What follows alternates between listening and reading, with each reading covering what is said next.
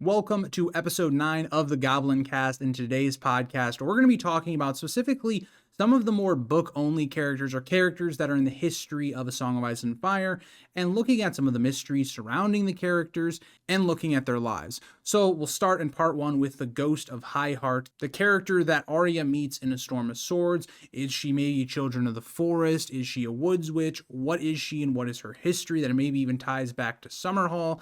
In part 2, we're going to go ahead and look at another character that is linked to magic in Alys Rivers, specifically going into what do we know about the character in Fire and Blood, maybe some of the differences between Fire and Blood and House of the Dragon with the portrayal of the character. And then in part 3, we'll be talking about Dalton Greyjoy, the Red Kraken, a character that has been loosely mentioned in House of the Dragon, but is actually a huge role during the dance, and we'll talk about that in the last part. And so while we're going through these characters, if you have more you'd like to add to the discussion, feel free to leave those down in the comments and enjoy the podcast. So this Ghost of Highheart character, just generally speaking, is somebody that has these visions, and they seem to be a lot more accurate than someone like Melisandre, for instance. She predicts things like Renly's death, Balon Greyjoy's death, the Red Wedding, the death of Joffrey. She predicts a lot of things that are not just like, oh, she just threw that one out there. They're very specific, and they come true from what we've seen. We've seen the Ghost of Highheart 2 times within the main series, both through Arya Stark within A Storm of Swords. So we're going to talk about who is this Ghost of Highheart, talk about some of the theories, the ideas that maybe she is a child of the forest. That's a really interesting theory, and her description is kind of suspect as well.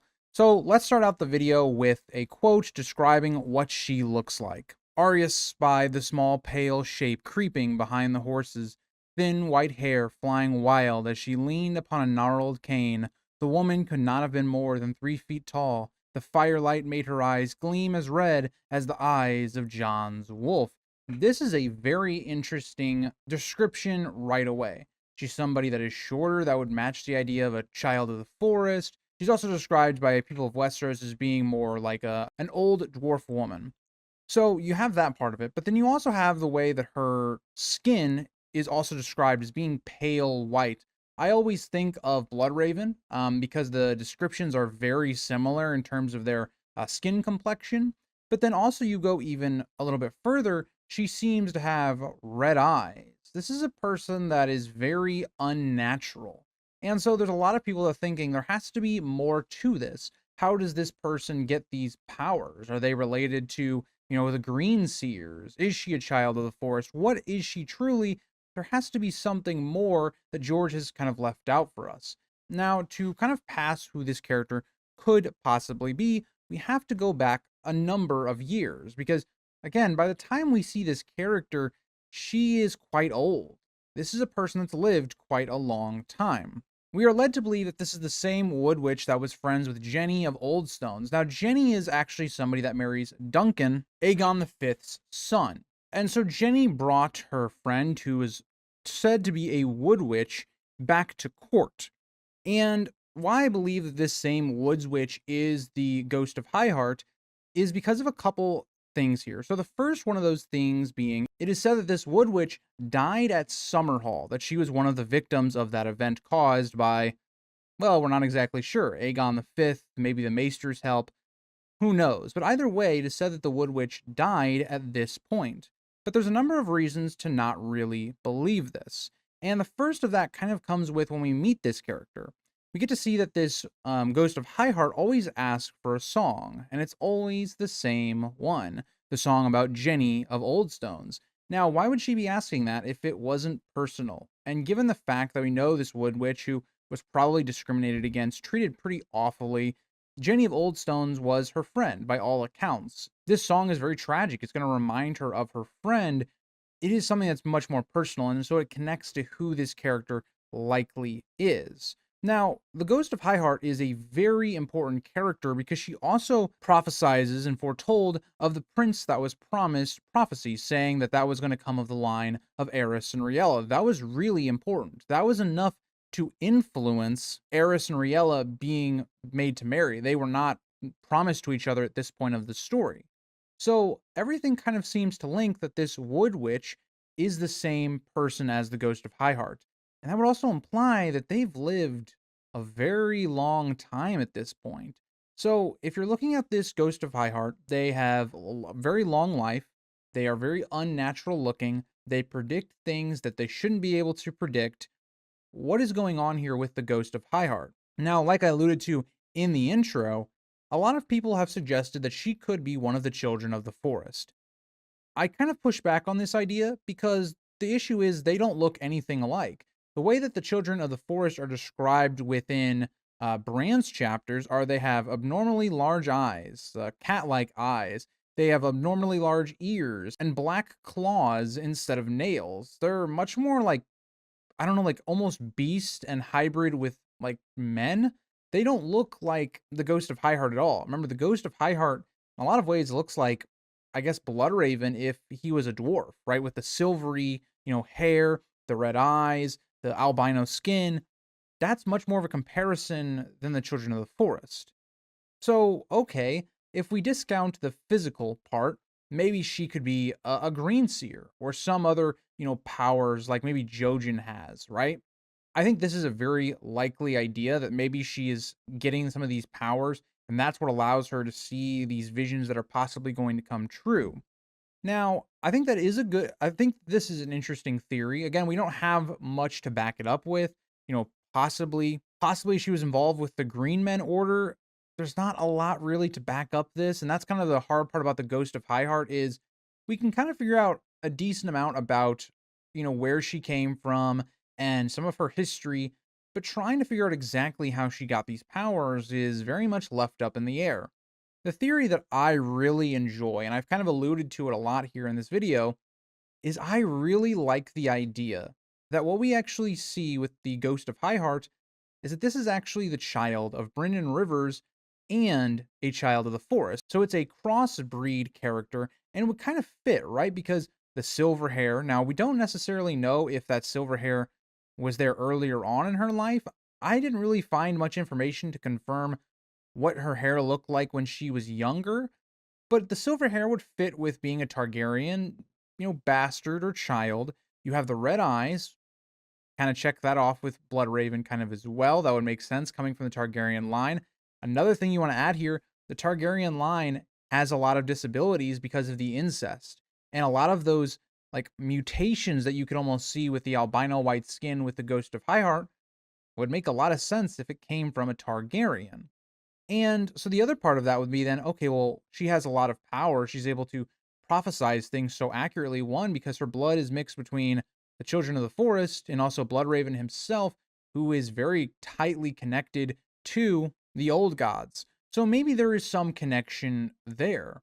It would be really interesting to see what George does with the Ghost of Highheart, because I believe we will get some sort of conclusion to this character. Will we see her once again with Arya in the next book? Maybe Brienne or Jaime? What will come of this character? Maybe even Jon Snow will go there or Bran will go there to try and find out answers about what they can do against the threat of the others.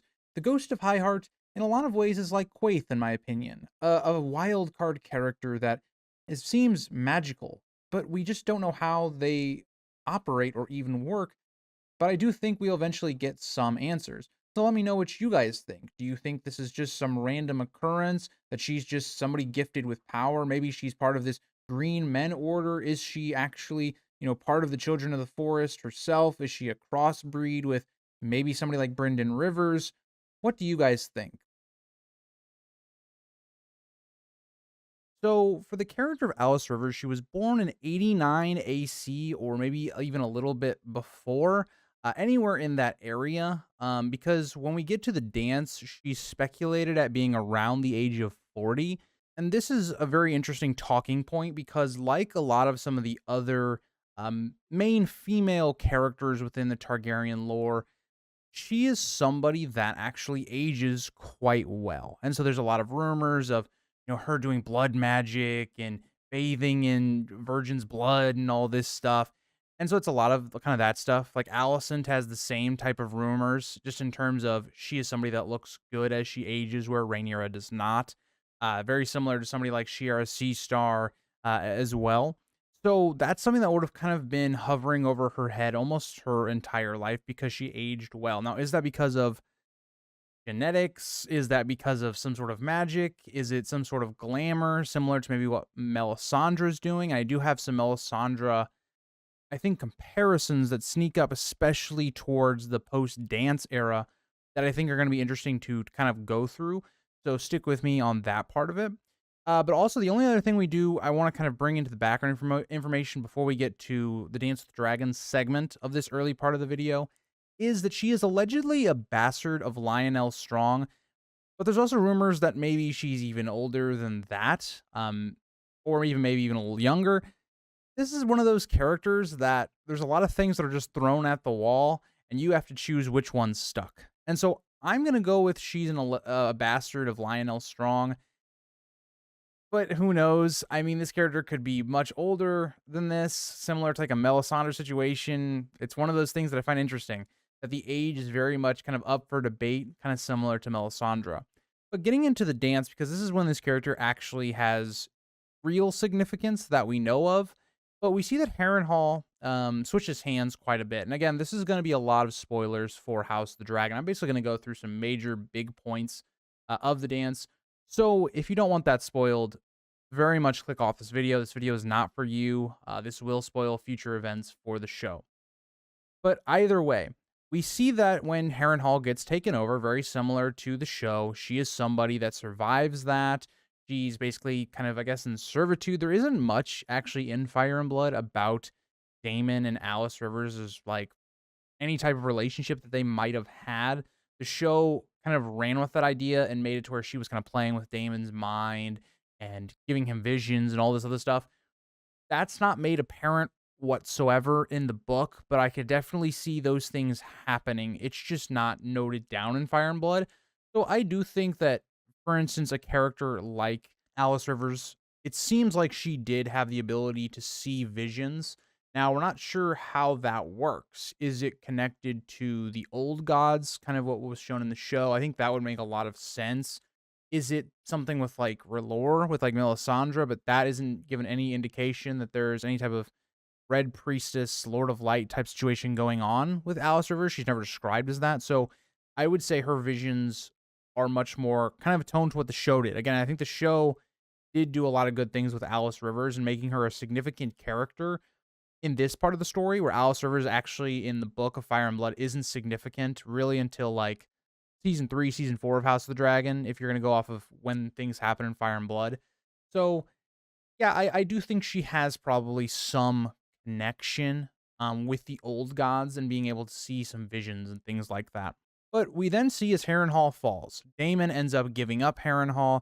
Daemon goes to King's Landing, and in that time, Aemond now takes over the castle. And this is when things start to really get going for the character of Alys Rivers. And what I think is interesting right away is we're told right away that when Aemond takes the castle, a lot of people are put to the sword and things like that. But one person isn't specifically, and that is Alys Rivers. And there's a bunch of different theories about this based upon just our sources in Fire and Blood. Some people believe that Aemond was taking kind of his spoils of war after taking Harrenhal, and maybe he just saw a pretty face and was like, okay, I'm down to get with that type situation. Or it was some sort of love potion type situation. I would lean on I personally think it was more just a lust type situation with Aemond, and then it developed into something else. I also think that when you think about the character of Alys Rivers, who's described as being very beautiful and all these things and aging really well, I also think she's a very cunning woman, someone that's able to manipulate men really well. And so I think it's a combination of things here that happen. And I'm not a big proponent for love potion theories because I think they dumb down the story quite a bit. Like just going, oh yeah, Alys Rivers did a love potion on Aemon and that's why he has a relationship with her. I think that takes away a lot from characters like Aemon and even, Alys Rivers herself. Yes, that would give her the ability to, have love potions and know how to do this type of magic and things like that. But I think it takes away from her motivations and her actually being able to manipulate people and use her looks, her strengths. I think that takes away from those things. So I personally go with the idea that she basically through manipulation, but also because of her looks, was able to make a relationship with Aemond and being able to survive. Now, from this point, she would be a concubine and or the weird thing is later on, it's basically speculated that Alys Rivers and Aemond marry, just based upon how she says her son is the, legitimate true-born son and was the rightful king, succeeding behind Aemond. And so that would imply that at some point they probably did at least get married, or at least that's what Alice is saying ended up happening. But we do see that Alice had a lot of influence over Aemond. When we see the Battle of the Fish Feet, a massive blow to the green side of things, it's said here that Aemond was going to kill the messenger until Alice was able to manipulate him or at least suggest to not kill him. Very similar to, say, Sansa with Dantos in the main story. And so that seems to be what's happening here. Now, the thing I question a lot about with Alice, and this is something that the show has set up that I think is very interesting, is that we see that Aemond is somebody that creates a lot of violence and all of those things. Was Alice Rivers trying to see that he's a potential threat and trying to weather the storm, trying to, get him to have some confrontation with Daemon to end the more dangerous dragon riders and things like that? Because something we're going to see later on is that apparently she had a vision that told her where Daemon was, and that's why Aemond actually goes to confront Daemon, is because of Alice. I wonder if Alice doesn't truly like love or like Aemond all that much. It's more that she's using it to her own, gains and things like that. Because you think about the position that she ends up by the end of Dance, where she is basically controlling Harrenhal. The Strongs have all been killed off outside of her, if she is a bastard of Lionel Strong or has some connection to the Strongs, and she ends up ruling Harrenhal for a number of years. So this would be a kind of a way of doing that, and so I very much question Alys Rivers and how much she actually cared about Aemond. But that is something where we do see Aemond did care about her quite a lot, because even when we see later on when Sabitha Frey takes the castle, finding just Alice there with her pregnancy with Aemond's child. Apparently, we don't know if this is confirmed. This is Aemond's child. We never really get a description of their child together either, so we don't know if he even looks like Aemond in any way. We also know the strong genes are very dominant. We see that with Harwin and Rhaenyra's children, if that is the case, which it's more than likely is. So we don't have a ton of information to back up that yes, this was, Aemon's child. But if we go along the idea that it is, it's an interesting sight Sabitha Frey would have come to. But instantly after this, and again, once again, Alys Rivers is not killed, right? She's not killed or anything by Sabitha Frey when she takes the castle. But then Aemond comes back, liberates the castle more or less, takes Alys Rivers with him. And that's when we jump to the very end of the dance, where you have Daemon and Aemond's face-off. And I already talked about the reason Aemond was able to find Daemon was because of the vision telling Alice where he was, or that's what she tells him anyway. That's what's announced. And Aemond comes to fight Daemon with Alice and their child in Alice's womb. And basically, Alice just has a first-person POV of this fight that's going on. She would have been the few people that actually would have seen this event happening, which is very interesting given what we get in Fire and Blood. Who was around to really see what was going on? We're told it was really just Daemon, Aemond, and Alice. I guess there could have been people in the surrounding areas that maybe would have seen it. Dragons are very large. You would have seen them from a good amount of distance. And even when they crashed and fell, you would have felt that, if you're any miles from when this actually occurs. But the point of this ends up being, though, is that she watches the two most dangerous fighters and dragon riders of both sides die. That's what we're told anyway. Could there be some situation where maybe one of them was able to live and we don't know about it? Possibly. There's not really a lot of evidence to support that, but that is a possibility, just given on the narration of Fire and Blood is not to be relied upon all the time. And when you really think about it, the lack of witnesses that there would have probably been. But that gets us then to the post-dance era. So this is going to get us into the Aegon III reign. And this is where it becomes very interesting, because in 131 AC, the last of the Strongs is really killed off with Larys Strong. So you then would kind of turn your attention to Harrenhal. And in 132 AC, only 2 years, right, after the events of the dance, and also 1 year after Larys's death, it seems that Alice starts gathering men to her. I think she would have been able to foresee that Harrenhal would have been a place people that would have been looking towards. Who would get it next after the Strongs? So Alice then has some men, and so Aegon's council doesn't really know to the extent of what's going on at Harrenhal. It'd be very mysterious. You're thinking about the dance and the events that took place there. I think they very much overlook the threat that Alice possesses. And I don't blame them whatsoever. You hear about this random woman that was possibly Aemon's woman, and how does she have all these men, all this stuff? It seems like very much like an outlaw area, right? Like Lady Stoneheart-esque situation. And so Aegon's council, which is mainly Tywin Lannister and Unwin Peake, they end up sending Regis Groves and Daemon Darry to lead about 100 men to Harrenhal to deal with the situation. But upon their arrival, they note that Alice, announcing herself as Aemon's widow and presented a small boy who she alleged was his true-born son and rightful king.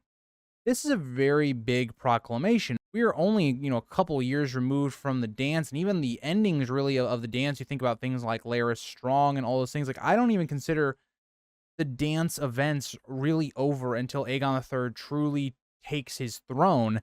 So you think about that threat. That's a big threat. That's another claimant to the throne that people can rally behind. Now, the crown would be lucky in the situation that this child is extremely young. They would have to be less than 2 or 3 years old. They're not a huge threat on that part of it, right? They could use the baby in his name and all of that stuff. We don't even know the name of this child, by the way, but it's still a sizable threat. Now, they only had 100 men, and you're trying to siege Harrenhal.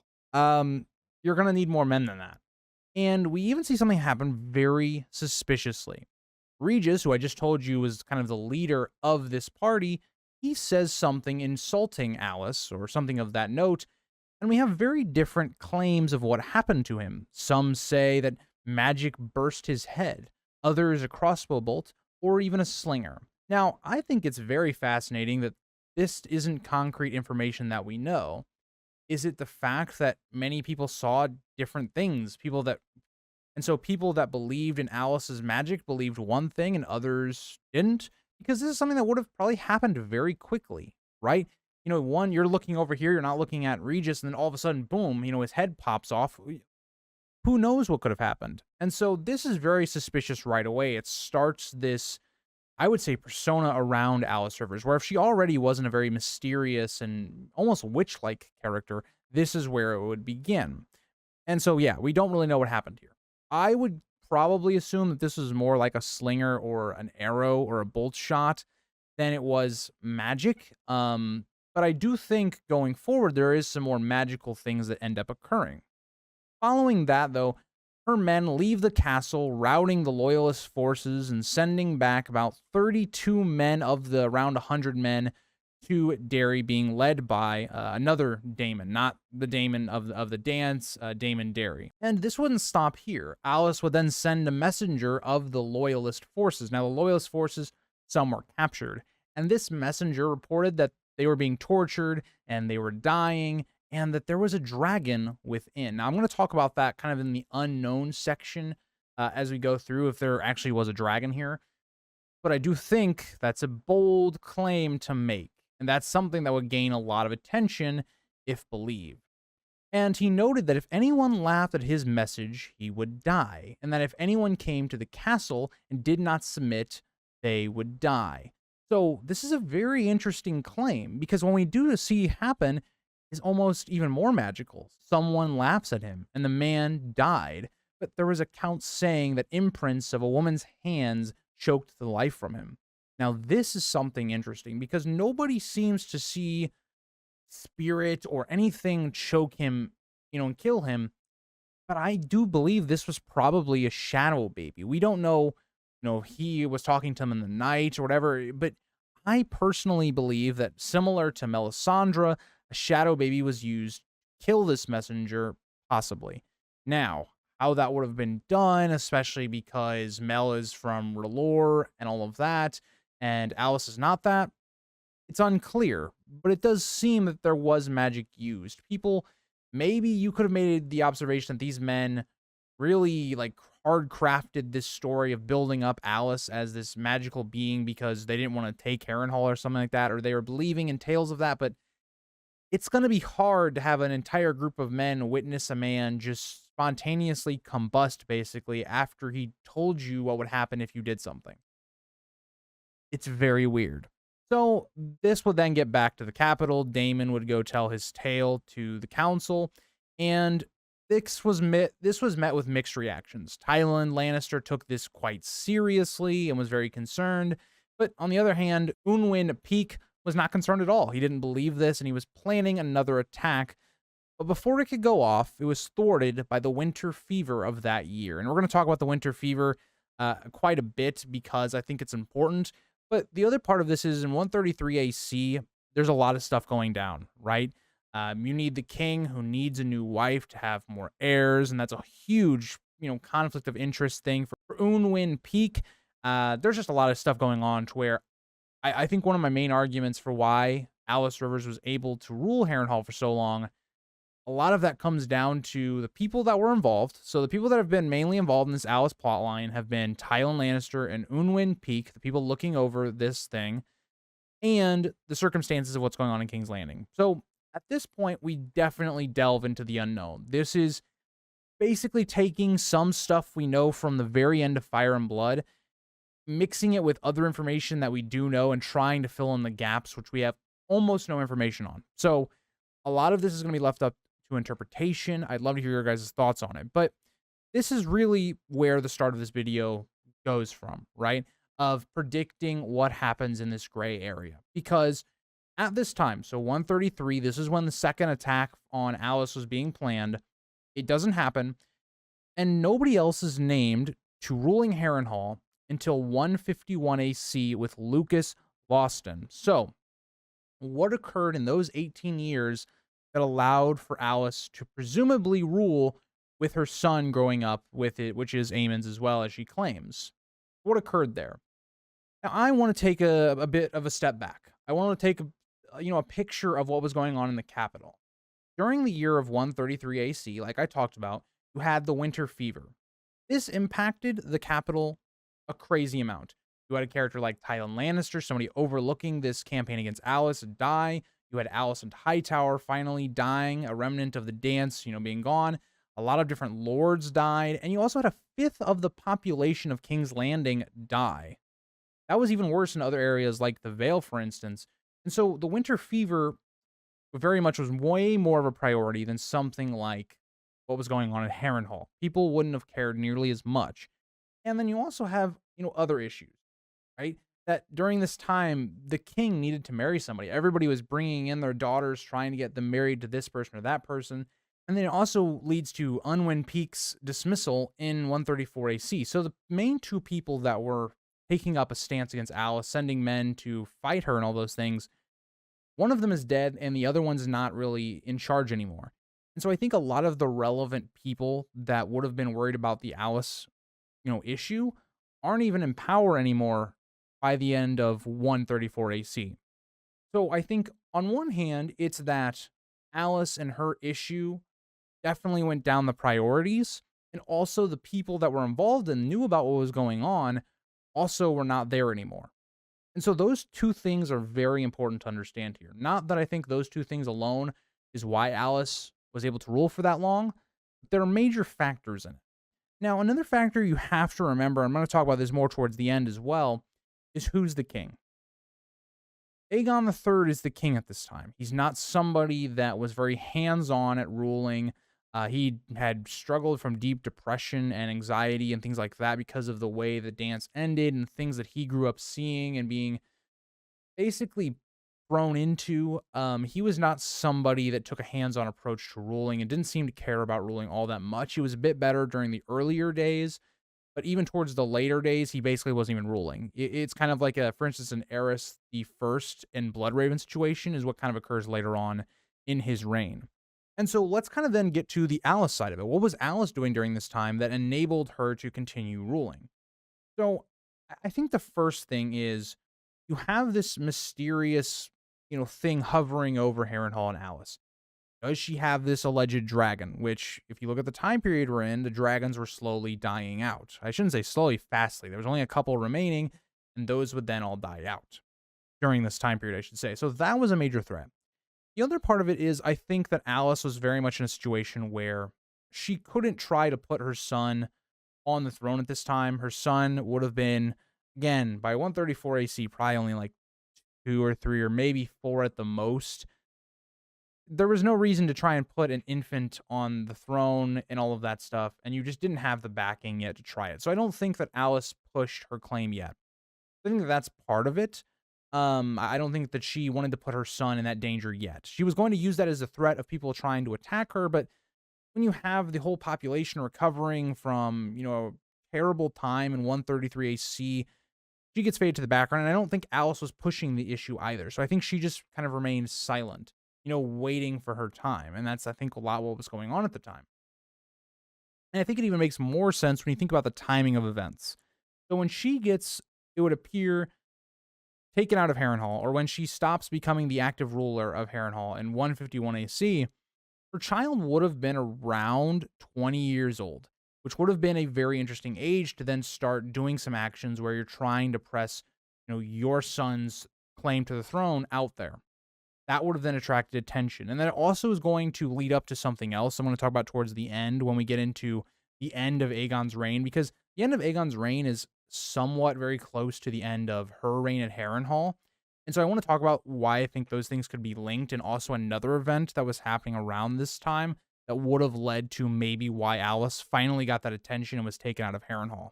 So when we get to this idea of a dragon and her having one, I very much think this was an illusion. I think this was more than likely some sort of glamour or trick. Remember, she could have possibly had some access to the corpses of the dragons, being relatively close to Harrenhal. She could have maybe had one of the corpses and was using it as a glamour, being able to, physically change it while you still have like a practical effect, more or less. You still have the dragon's body, it's just dead. Maybe she was able to use some magic. That would have been something that maybe would have been very difficult for her to do, but I do think it's the most likely option. We don't hear anything about a dragon at Harrenhal during this time period at all, outside of this one messenger who was really messed up, tortured, all this stuff. Who knows if he can even be relied upon that he actually saw one. But if she did, I think it had a lot to do with probably some of the tricks that Melisandre is using to make people see things that weren't actually there. Also, it could be a metaphor to her son being a Targaryen, being a dragon, and him rising to take power. So there's a couple different meanings, but I don't think there was an actual literal, dragon at Harrenhal. That just doesn't seem to be supported in the text whatsoever. So then the lingering question then occurs. What happened to her son? Her son, she claims, had the Targaryen blood from Aemon Targaryen, but we don't hear about this character. We don't really hear about this character being very significant. For instance, in a history of Westeros, in that book, we don't hear about anything really from this child. And so what I likely think occurred is I think the kid was either, I think depending on what happened, I think the kid was either killed or was sent to the wall. Those to me are my likely options. I don't think that his line survived. It just doesn't seem to add up with the story we've gotten. It would seem to be more of a bigger thing if that line survived. You think about, for instance, like the Blackfires, the Bright Flames. You would assume there'd be some sort of rumors about a potential Alys Rivers line that just doesn't seem to exist in the story. Now, this could be something that George added in quite later on, which is very likely the case. Fire and Blood came out, last after the books and, all that stuff. So it's very likely that this is something that he hasn't really developed much in other, content that he has.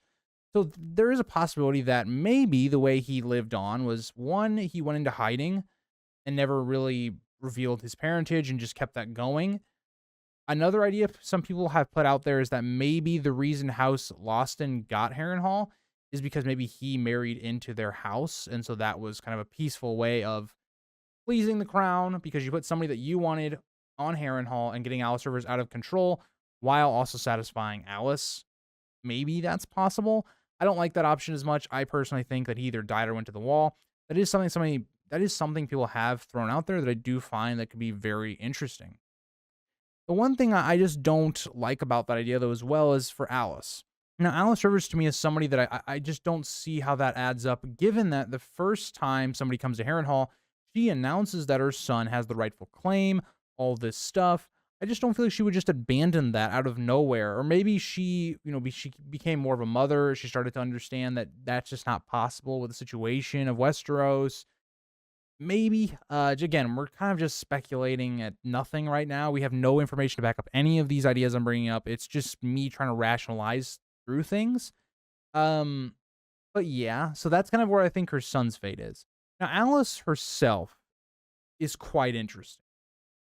I think Alys could have lived on past this, and maybe she became maybe one of these other popular figures we talk about. Maybe she could be Melisandre herself. We're never given a date or, a way or how that Alys Rivers died. That to me is suspicious. The way that we're never told how this character truly dies or anything like that.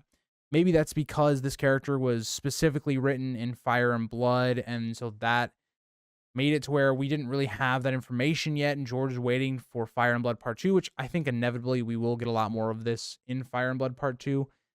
But I think there's a possibility that she could have lived on to somebody like Melisandre. Their magic seems very similar. The way they're described is very similar in terms of their actions, I should say. But I don't know. I mean, I think Alys to me is just one where you really don't know.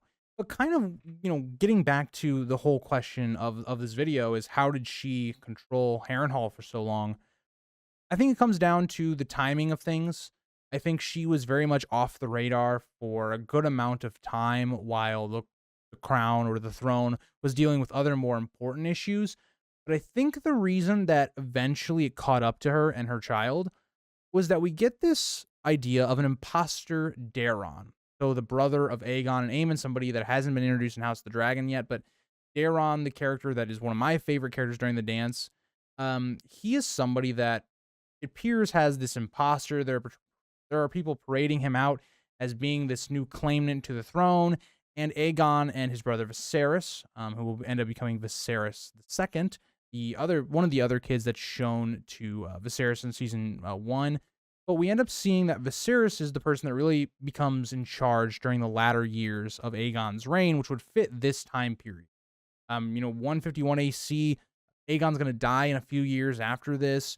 So Viserys was the person really ruling. And Viserys is somebody that, going through, he's going to be handed the king for a number of kings. He's going to become king for a short amount of time in his own right. He seems a very good hand, very good politician. He is somebody that instantly tries to settle down this threat of Daeron, rising back up out of the ashes of being dead. And I think this makes sense that this event would have brought a lot of attention to what was going on in Harrenhal. And you specifically add that timeline up where around when this would have been happening, you have this character that would have been possibly Aemon's blood, who would have been in his teenage to growing up years, anywhere in that like 16, to 20, 21, age range. That's when you would see somebody like that try and press their claim. I think it's very likely that because of, this, we also would have seen another type of, oh, is this guy going to have a claim? Can people rally behind him? And Viserys takes care of that for Aegon before he dies. I think that's the most likely route of what led Alys to then having to leave Harrenhal or die, whatever we see end up happening with the character. But let me know what you guys think. I think that is my best shot at going at the character of Alys Rivers.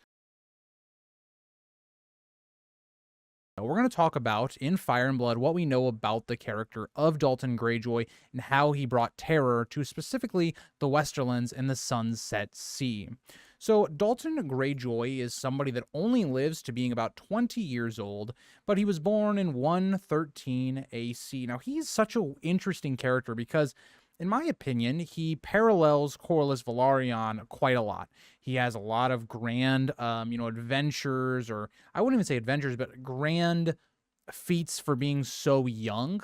He's also very similar to maybe somebody like Alan Velaryon as well, and those two will definitely have some relevance in this video. So he's a bit of that, and he's also what I think Balon Greyjoy wishes he could be. Like, Dalton Greyjoy is essentially what Balon Greyjoy wanted to be. Bringing back the old way of the Ironborn and being able to basically conquer and control the entire western sea, more or less, of Westeros. And so that's kind of the premise for the character right away. You know, he's very similar in mindset to Balon Greyjoy of the main story. But when we get into his youth, and again, he only lives 20 years, so he doesn't have a very long life. Most of his main parts of his life that we know of will occur during the dance, but we do know a little bit about his pre-life. We do know that at age 5 he began rowing, and even at 10 he began reaving. So very young, he's being integrated into the Ironborn culture and what they believe in. He sailed with his uncle to plunder the pirate towns, the Basilisk Isles, and by 14 Dalton had sailed as far as Old Geese, fought in dozen actions, and claimed 4 salt wives. Something that's very interesting about Dalton Greyjoy is he's going to have at least 24 salt wives, but he's not actually going to have a rock wife. He's not actually going to have like a quote-unquote equal like marriage, like a traditional marriage. Like salt wives don't really count in terms of that, even though, funny enough, his heirs will be born of one of these salt wives. But again, he's somebody that I think is almost the perfect mix of characters like Victarion and Balon. Maybe you could throw a little bit of Euron in there as well, being a bit cunning in how he goes about doing certain things during the dance. But I really do think he's like Victarion and Balon if they got mixed into one character. But one of the even more interesting things is that Dalton Greyjoy actually claimed a Valyrian steel longsword, which he named Nightfall. I really like that name, by the way. It's a really good name that Dalton Greyjoy names it. But it was found off of a dead corsair. Now, we do know that back in the day with Valyria, Valyrian steel swords weren't all that uncommon, but after Valyria falls, some of these swords would have became a lot more valuable. And so it's interesting that it's kind of just some no-named like corsair that he finds this extremely valuable sword. Like, think about what Tywin offers to get Valyrian steel swords and how families turn that down, even whatever their status is in terms of richness or whatnot. It's really interesting the way that Dalton Greyjoy gets that sword. But you could also be thinking, wait a second, Eric. Wait a second. The Greyjoys don't have a Valyrian steel sword. In the main story, anyway, that we know of. So where did this sword go? It's kind of weird because, when we get to the end of this video, I will leave some speculation up to what happened to Nightfall, but the sword goes to House Harlaw. We don't know why. We don't know how. It's literally, we have almost no information on this sword. Like, I think if you click on the wiki for Ice and Fire, like, I'm pretty sure there's like 3 lines. There are literally 3 lines for this sword. So, super, badass thing for Dalton Greyjoy to have this Valyrian steel sword already being like a prominent figure in terms of his sword ability. Like, think about a character like Victarion Greyjoy having a Valyrian steel sword. That's kind of what I imagine for the character of Dalton Greyjoy. And so already he's gaining a reputation and quite a big name. And especially when we get to why he gets named the Red Kraken, he's going to get that reputation. And so his story continues as he was fighting in the Stepstones. Of course, it's where everybody goes to fight when there's not a civil war going on. And the 15-year-old Dalton avenged his uncle after watching his death. Because Dalton emerged from the fight drenched in blood from a dozen wounds, he became known as the Red Kraken. So, kind of a dark name, being in his own blood, others' blood, that's how he gets the name. It's a pretty awesome name as well. And later in that same year, Dalton returned to the Iron Islands to claim the Sea Stone share after hearing of his father's death. So a lot of things happened for Dalton Greyjoy right away. Again, he's only 15, maybe 16 years old, depending on when his birthday was. And so at that young of an age, he claims the Sea Stone chair. His father's dead, so he can't look to him for advice. One of his uncles is dead. Another one of his uncles will die during the dance. So he is in an interesting spot where he's given a lot of power early on. It kind of reminds you of Robb Stark in a lot of ways. And now Robb Stark and the Red Kraken are very different, but the parallel is there, right? Somebody becoming a lord and or king. I don't know actually if I said he became king, but that's not the case. The Greyjoys were under the Targaryens at this point. But you get the point. Like, he was the lord. He was the person in charge. And so that's kind of great. And so that is kind of the point of this. But he began to build longships, forge swords, and train fighters, citing that the storm is coming as the reason. Again, it really reminds you of Euron, right? Now, I will say here is I think that at this point of his life, This is only a couple years before the dance breaks out, right?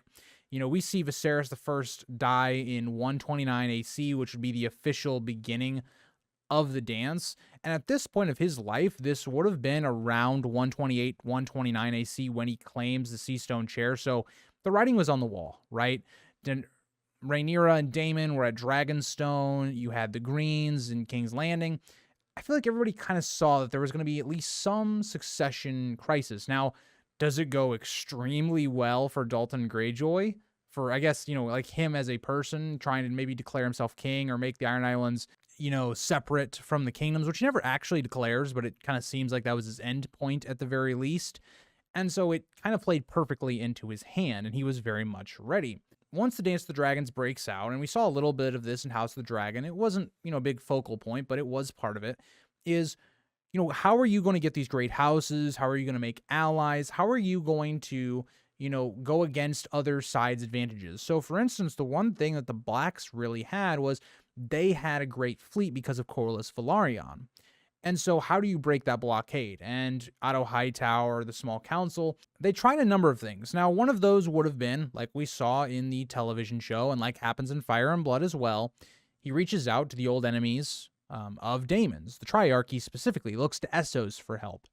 Now, one of the other things that they do, though, is they also leave the door open for someone like Dalton Greyjoy. Dalton Greyjoy would have been a very interesting candidate. He had a great reputation for violence. He had a Valyrian steel sword. He had all these long ships. He could create a lot of havoc and break the blockade of King's Landing and the Blackwater. And he could cause a really big, massive issue to the Blacks. And so both sides tried to give him an offer.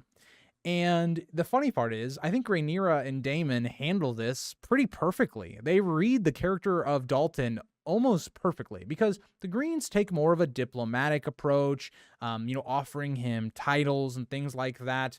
They offer to give Dalton the position of Master of Ships, and all they wanted in return, which is a lot, is they wanted him to bring his ships around Westeros to battle Corlys Velaryon, the Sea Snake. Now, you can see right away why this is not an enticing offer if you're someone like Dalton Greyjoy. You're getting a council seat. Like, you're going to lose how many men, how many ships, how much manpower strength. You could even die for this position that doesn't gain you a ton of wealth. Maybe it gains you a lot of reputation, but you don't gain all that much. If you even think about the Velaryons after the dance, the Master of Ships role very much, like, it's not as good as it once was. Like, back in the very beginning days of the Targaryen dynasty, the person that was the Master of Ships was really important because you could dictate things like, taxes or taking extra things under the crown's nose from any ships coming into King's Landing. That's huge. That's one of the reasons that House Velaryon, their wealth was so high, pre-dance. And so that's not that, interesting or intriguing of a position outside of just, okay, it boosts up your reputation. You get to come to court. Whereas the other side of it, the Blacks, who I think give a fantastic offer, is they basically just say, yeah, attack our enemies. And if you're thinking about this from Dalton Greyjoy's point of view, well, who are Rhaenyra's enemies that you're next to? Well, the Lannisters and the Reach, the two houses that you would be in the most conflict with. And so now Dalton Greyjoy has just been given a free pass to just do what he already wanted to do. Inflict more violence, get more wealth, do all of those things. And so Dalton Greyjoy is basically acting in his own self-interest, but using that, oh yeah, he's on the black side of things as kind of a cover for that. And you'll see that as the war ends, like that is exactly what he does.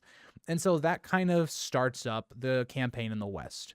Dalton Greyjoy takes a very similar approach of the Greyjoy Rebellion. Outside of, they don't attack the Malisters or Seaguard, which was kind of dumb in my opinion by Balon Greyjoy, but he doesn't do any of that. But he does go straight for the Lannisters. He attacks the Westerlands, something Balon Greyjoy could have done in the main story, and decided he wasn't going to do that either.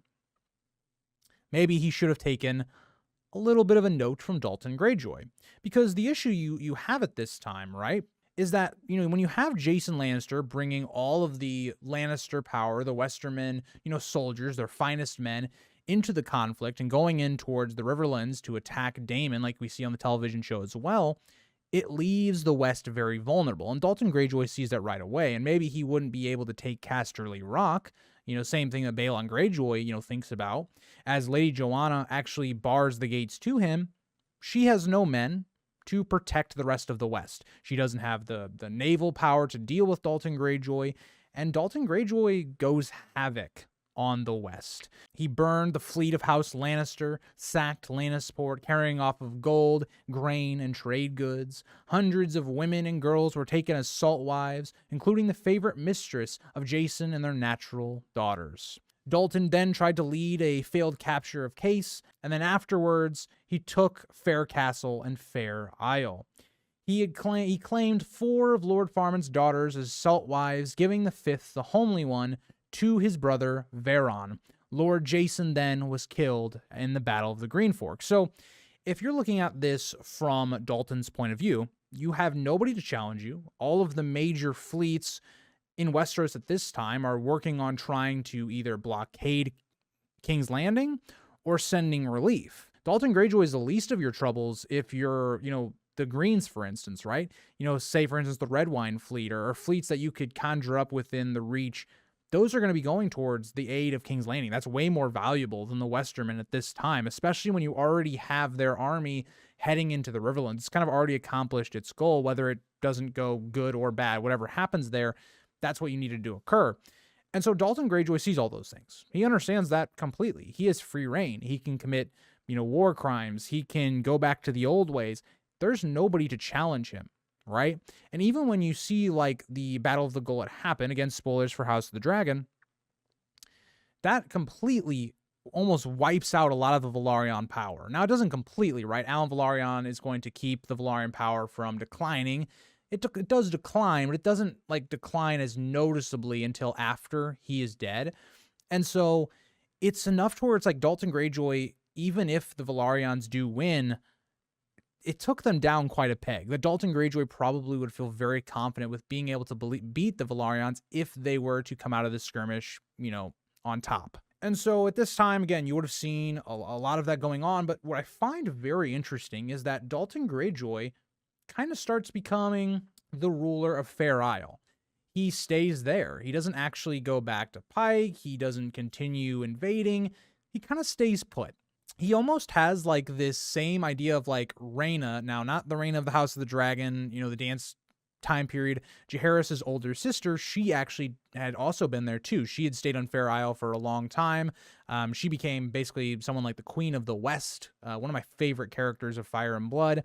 Something similar kind of happens here with Dalton Greyjoy. He kind of just stays there overall, just ruling the western side of Westeros, which is why I titled this video the way I did, is that nobody was able to challenge him, right? The Lannisters, they could defend themselves, hold themselves up in Casterly Rock, but they could do nothing to protect their vassals and all of that. And that's made even more apparent by Fair Isle. Now, eventually, the dance would end, and that's when the attention would shift back to Dalton. Dalton is still invading one of the major kingdoms, and you also have Tywin Lannister, who is very influential in the beginning of Aegon III's reign. And so, of course, he's going to turn to his own homelands, where, his home is still being basically under siege. He's going to turn his attention to that. But what could someone like Tywin do, right? Aegon III and Tywin, they command Dalton to cease his raiding, but the Red Kraken just simply ignored them. Now, he didn't name himself king. He didn't do all of those things. But he also didn't, he didn't respect what the crown was saying. They didn't, at this time, they didn't seem like they were going to do anything about it. After all of this warfare, did they really want, more war? This rebellion, probably the real Greyjoy rebellion, not Balon's, because Dalton was much more of a threat at this time than Balon really ever was. And so what Dalton Greyjoy does, which I think is hilarious, it's not hilarious for the people involved, but it's just a funny moment. Dalton basically just goes, yeah, no, I'm not going to do that. I'm actually going to do the exact opposite, because he then, who Lady Joanna Lannister had been trying to build a fleet, of course, trying to repel the Greyjoys. And what does Dalton do? Well, he burns her entire shipyards and abducts another 100 women. So that didn't go well. The West is really struggling here. And so, like I mentioned at the beginning of the video, Dalton never actually takes a real rock wife, right? He takes a number of salt wives, which is interesting because you wouldn't have really any like legitimate children, you would say, even though the Greyjoys look at that very differently. But like from a Westerosi point of view, he doesn't. I find that very interesting, especially when you think about the succession, right? If Dalton was to die, well, Dalton, by the time he does die in 133, he's only 20 years old. So any kids that he had would be children. And I think that's very, very, very important to understanding, I think, his legacy. But we'll get into that here in a little bit. And so while Dalton continued his rulership basically over the West, he had even thought about at this time of sending one of his sisters to the Maiden's Day Ball. Now, if you're unfamiliar with the Maiden's Day Ball, basically Aegon III needs a new bride to continue the line of succession. The Targaryen dynasty was at its most fragile, so it was a desperate attempt to really get him a new wife, and it was really orchestrated by Lord Peake to get his own line basically connected to the throne. The Peakes, always the most likable house, but doesn't go his way, but that's not really the point of this. But all we do know is that Dalton kind of decides against it. Now, I think it would have gone very poorly if Dalton would have sent someone there because they would have just been held as a hostage against him. Now, would he have cared? I don't know. We're not, sure how his relationship was with his sisters, but I'm just saying that's probably what would have happened. They would have become a hostage more than they would have actually married the king. We do know then at this time, the Westermen again defend case, and in this attack, there was actually a big blow to Dalton. Dalton's favorite uncle actually was killed during this. And so Joanna, who had maybe gotten some confidence from this, a victory of defending in this battle, she sends a ragtag fleet to try and take back Fair Isle. She tries to take this fleet and go take back Fair Isle. Well, that doesn't necessarily go the best, as the Ironmen have ambushed the Westermen, and Dalton sent the heads of Lord Prester, Tarbeck, and Erwin Lannister to Johanna at Casterly Rock. And so this is, I think, when I would say the Crown starts to take Dalton Greyjoy more seriously, because at this point, now, there's numerous reasons why this happens. But it still made sense, even though this move is done, in my opinion, more out of spite and for power than anything. I think Lord Unwin Peake actually makes a lot of sense in sending Alan Velaryon to try and deal with Dalton Greyjoy. Alan of Hull, or Alan Velaryon as he gets legitimized, is probably the best naval commander that's available. He is somebody that doesn't maybe live up to Corlys Velaryon, but is still a great, heir, more or less. He's one of the greatest naval commanders that we know of. And so he is tasked with, taking a fleet and of dispatching Dalton from the west. Now, this was done more because of Alan and his influence and things like that, because Lord Unwin Peake was really trying to control the crown, and he also was not very pleased with the results of the Maiden's Ball. So that is what becomes tasked to Alan. Now, Alan would, start gathering ships and heading to the west, but Dalton responded by gathering more long ships to Fair Isle and the coasts of the Westerlands, preparing for this almost epic naval battle or war that we never really get to see. It would have been kind of like a Battle of the Gullet 2.0, but without the dragons, more or less, because at this point, the dragons were gone. That's another thing if you're Dalton Greyjoy. The Greyjoys, bent the knee, to the dragons. And I know it's not like them, like they weren't the people that got taken out by Aegon, right? The Greyjoys were not in control of the Iron Islands when Aegon came over, but it's the same idea of like the Starks. The Starks bent the knee to the dragons, and now there's no dragons left. There's Targaryens. I mean, well, there is dragons left, but they're not like full-grown dragons. Like, not the type that would really scare you, right? And so when you have this big of a navy, if you're able to beat Alan, right? This is my thinking. If I'm the Red Kraken, Alan is still not the most tested naval commander at this time yet. He is a good one, but he's not the most tested. I'm thinking to myself, if I can win this one naval battle, I have free reign of the entire West, and I can even look to strike deeper into Westeros, which is exactly what Dalton Greyjoy threatens. And so I think Dalton Greyjoy is actually kind of smart. In my opinion, this is the most logical time that the Greyjoys, even though the House Greyjoy and the Ironborn as a whole are not the most populous or the richest household in the world, at this time they can gain those things because there's no one to repel them, right? And so this is a huge building moment, but unfortunately, we would never actually see it. Now, Dalton Greyjoy did make his intention clear. He wanted to conquer the Shield Islands and Driftmark and sack Old Town and Sunspear. I would assume that he might have even gone further into King's Landing as well. But unfortunately for him, that would never occur. I find one of the most interesting deaths for Dalton is you would think Dalton Greyjoy would go out in this big battle or something along that line, but he actually has an even more sweeter death. All the women that he misused and took and all these different things, and the thing that gets him killed is, well, a woman. The thing that he looked down upon, that he took all these salt wives of, that he boasted of, well, one of them, known as Tess, kills him, cutting his throat with his own dagger before throwing herself into the sea.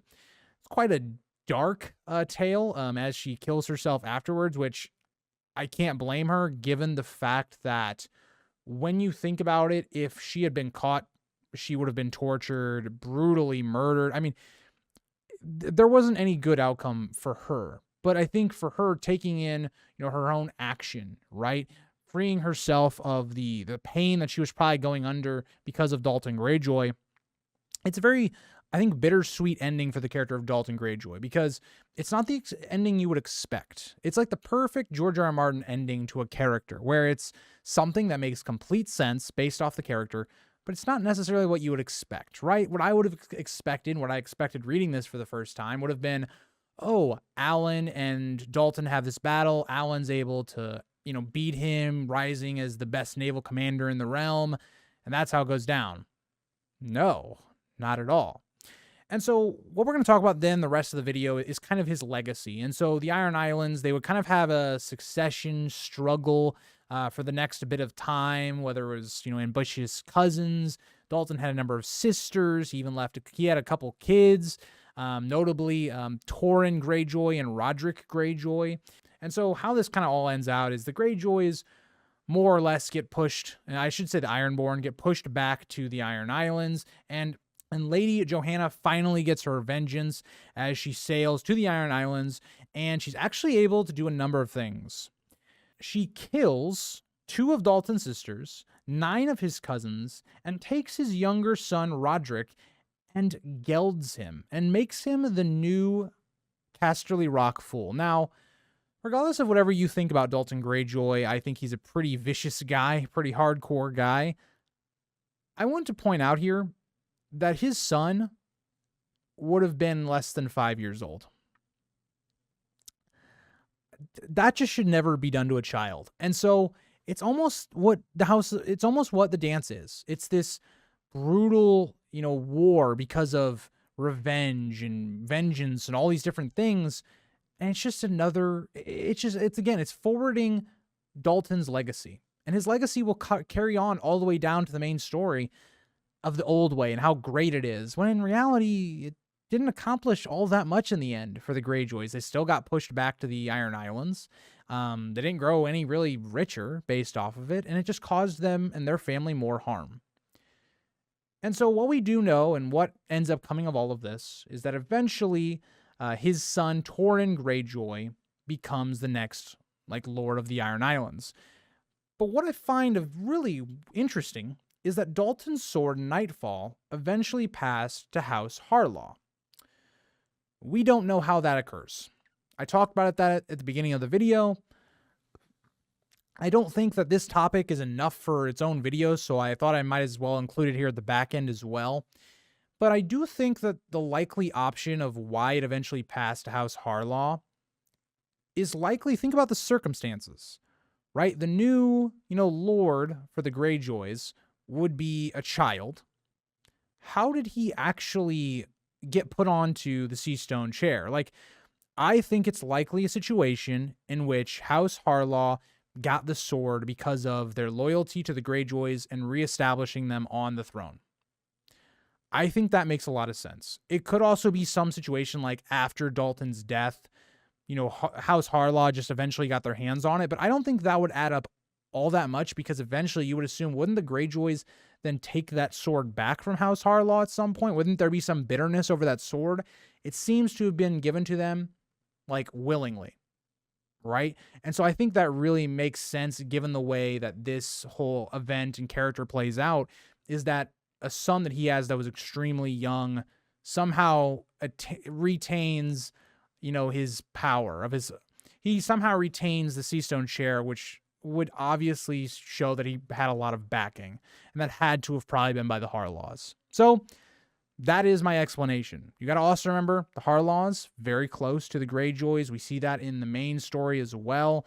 So yeah, let me know what you guys think about the Red Kraken, about his sword Nightfall, and what do you guys think about Dalton Greyjoy? But I'll see you guys all in the next one. Bye, guys.